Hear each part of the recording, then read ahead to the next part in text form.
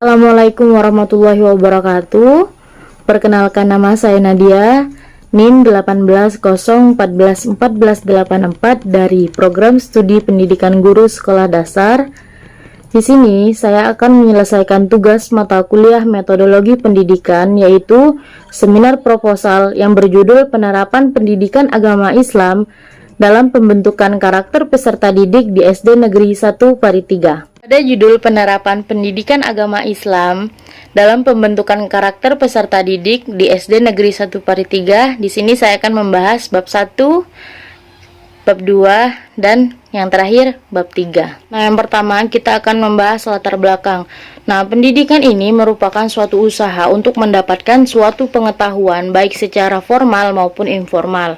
Menurut Undang-Undang Nomor 20 Tahun 2003 tentang Sistem Pendidikan Nasional, pendidikan ini merupakan suatu usaha yang sadar atau secara terencana dengan tujuan untuk mewujudkan suasana belajar serta proses pembelajaran agar peserta didik itu dapat mengembangkan potensi yang ada pada diri mereka. Kemudian fokus penelitian berdasarkan latar belakang di atas. Di sini peneliti terfokus untuk mengimplementasikan pendidikan agama Islam dalam kegiatan di sekolah yang berkaitan dengan aspek akidah.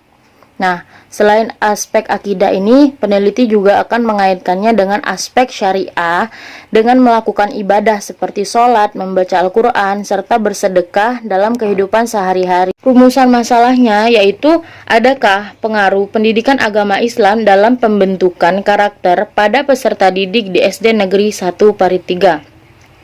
Dengan tujuan penelitian, berdasarkan rumusan masalah di atas, maka tujuan peneliti ini adalah sebagai berikut: membentuk karakter peserta didik dengan memberikan beberapa kegiatan yang berkaitan dengan pendidikan agama Islam pada peserta didik di SD Negeri 1 Pari 3. Manfaat penelitian dibagi menjadi dua, yaitu yang pertama manfaat teoritis. Diharapkan bahwa hasil dari penelitian ini akan memberikan informasi kepada para pendidik untuk mereka menambah wawasan pengetahuan ilmiah agar mereka bisa meningkatkan serta mengaktifkan pendidikan agama Islam maupun pendidikan moral. Nah, yang kedua, manfaat praktis. Manfaat praktis ini dibagi menjadi 4. Bagi peserta didik, bagi pendidik, bagi peneliti, serta bagi sekolah. Selanjutnya kita akan membahas bab 2, yaitu tentang kajian teori. Yang pertama kita akan membahas pengertian agama Islam. Nah, pengertian agama Islam ini seperti yang sudah dijelaskan oleh pemerintah melalui Kurikulum 2013 di atas menekankan pada konsep pendidikan yang mengarah pada pembentukan kepribadian serta karakter peserta didik. Pendidikan agama Islam ini adalah upaya sadar yang terencana dalam mempersiapkan peserta didik untuk mengenal, memahami, menghayati, dan bertingkah laku yang baik sesuai dengan ajaran Islam dari sumber utamanya, kitab suci Al-Quran dan hadis. Yang kedua, fungsi pelaksanaan pendidikan agama Islam. Dalam pelaksanaan pendidikan agama Islam, baik di lingkungan sekolah maupun lingkungan masyarakat, tentu memiliki beberapa fungsi yang sangat penting bagi kehidupan peserta didik tersebut. Nah, yang pertama, fungsi dari menurut Solihah dan Rada, fungsi dari pendidikan agama Islam meliputi 3 hal. Yang pertama, mengembangkan peserta didik ke tingkah yang normatif yang lebih baik. Yang kedua, melestarikan ajaran Islam dari berbagai aspek. Dan yang ketiga, melestarikan kebudayaan dan peradaban pada Islam. Tujuan dari pendidikan agama Islam sesuai yang dijelaskan oleh Kurikulum PAI 2013 memiliki beberapa tujuan. Yang pertama, mengembangkan akidah melalui pemberian pemupukan serta pengembangan pengetahuan yang berkaitan dengan agama Islam sehingga mereka dapat menjadi muslim yang terus berkembang keimanan dan ketakwaannya. Yang kedua, mewujudkan peserta didik yang taat beragama. Kemudian yang ketiga, memberikan peserta didik kesempatan untuk membentuk karakter melalui pengenalan, pemahaman, serta pembiasaan diri dengan aturan-aturan yang berhubungan dengan ketuhanan. Yang keempat, mengembangkan nalar dan sikap moral yang selaras dengan nilai-nilai Islam dalam kehidupan sebagai masyarakat, warga negara, dan warga dunia. Selanjutnya yaitu karakteristik pendidikan agama Islam. Hal tersebut dapat dilihat dari beberapa indikator yang mampu menjadi karakteristik pendidikan agama Islam tersebut. Yang pertama, pendidikan agama Islam ini mempunyai dua sisi, yaitu sisi keyakinan dan sisi pengetahuan. Nah, selanjutnya yang kedua, pendidikan agama Islam ini bersifat doktrinal, memihak dan tidak netral. Yang ketiga, pendidikan agama Islam ini merupakan pembentukan akhlak serta penanaman sifat-sifat yang membentuk hati nurani. Nah, yang keempat, pendidikan agama Islam ini bersifat fungsional. Yang kelima, pendidikan agama Islam ini diarahkan untuk menyempurnakan bekal keagamaan para peserta didik. Dan yang terakhir, yaitu pendidikan agama Islam diberikan secara komprehensif. Tahap-tahap pendidikan agama Islam ini dibagi menjadi 3 tahapan. Yang pertama tahap kognisi, yang kedua tahap afeksi, dan yang ketiga tahap psikomotorik. Kajian penelitian yang relevan di sini saya menggunakan kajian dari Ulia Hafizah 2015 dengan judul Implementasi Pendidikan Agama Islam sebagai Upaya Pembentukan Karakter Islami Siswa di SMP Negeri 13 Malang. Hasil penelitian ini adalah penerapan pendidikan agama Islam dapat membentuk karakter Islami pada peserta didik agar menjadi manusia seutuhnya, serta insan kamil yang nantinya akan menjadi orang-orang baik di lingkungan sekolah maupun di lingkungan masyarakat. Kerangka berpikir, pendidikan agama Islam ini merupakan upaya mewariskan nilai-nilai yang harus dipegang oleh umat manusia dalam kehidupannya sesuai dengan amalan dan kepercayaan Islam yang telah diajarkan oleh Nabi Muhammad SAW.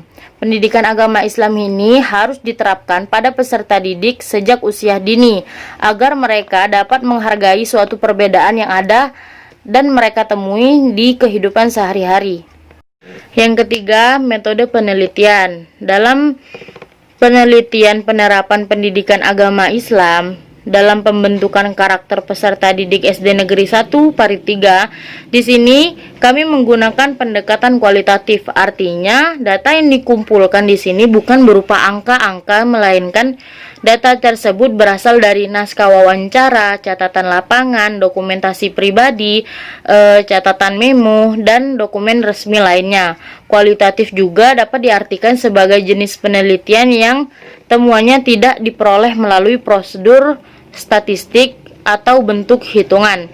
Nah, penelitian dalam hal ini dituntut untuk dapat menggali data berdasarkan apa yang diucapkan, yang dirasakan, dan dilakukan oleh partisipan atau sumber data. Penelitian kualitatif ini harus bersifat memperoleh data bukan berdasarkan apa yang dipikirkan oleh peneliti, tetapi berdasarkan apa yang ada dan sesuai dengan terjadi di lapangan tersebut. Definisi operasional. Pembentukan karakter merupakan suatu langkah yang dilakukan untuk merubah diri seseorang agar menjadi lebih baik dan selalu berperilaku positif dalam kehidupan sehari-hari. Hasil dari penerapan pendidikan agama Islam dalam pembentukan karakter peserta didik ini dapat dilihat dari aspek syariah. Aspek syariah ini dapat diterapkan pada diri peserta didik dengan melakukan ibadah seperti sholat, membaca Al-Quran, serta bersedekah.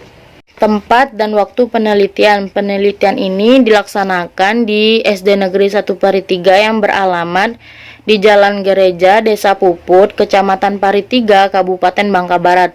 Waktu penelitian ini dilaksanakan selama 4 hari dengan alokasi waktu 1 kali 35 menit setiap pertemuan. Subjek dan objek penelitian. Dalam penelitian penerapan pendidikan agama Islam dalam pembentukan karakter peserta didik di SD Negeri 1 Parit 3 yaitu guru pendidikan agama Islam di mana seorang guru akan menentukan bagaimana cara agar peserta didik dapat ditujukan sebagai objek. Di sini dapat mengembangkan karakter di lingkungan sekolah agar peserta didik memiliki akhlak yang mulia, berpengetahuan, rajin beribadah, serta berpartisipasi untuk mengembangkan budaya Islami. Teknik pengumpulan data. Nah, di sini teknik pengumpulan data yang dilakukan oleh peneliti pada penerapan pendidikan agama Islam dalam pembentukan karakter peserta didik di SD Negeri 1 Pari 3, yaitu teknik pengumpulan datanya yang pertama menggunakan observasi secara langsung, yang kedua wawancara, yang ketiga metode dokumentasi. Teknik analisis penelitian di sini dikemukakan oleh Miles Huberman 1984 dan Saradali 1980, merupakan teknik yang umum digunakan dalam menganalisis data kualitatif yang diperoleh langsung dalam penelitian di lapangan. Nah, teknik yang pertama yaitu reduksi data, yang kedua penyajian data, yang ketiga penarikan kesimpulan. Nah, penarikan kesimpulan ini dari seluruh hasil observasi yang dilakukan di lapangan. Di sini kita mencari bagian pentingnya dan membuang hal yang tidak dibutuhkan. Mungkin itu saja presentasi Sempro pada siang hari ini yang dapat saya sampaikan. Kurang lebihnya saya mohon maaf. Kepada Allah saya mohon ampun. Wassalamualaikum warahmatullahi wabarakatuh.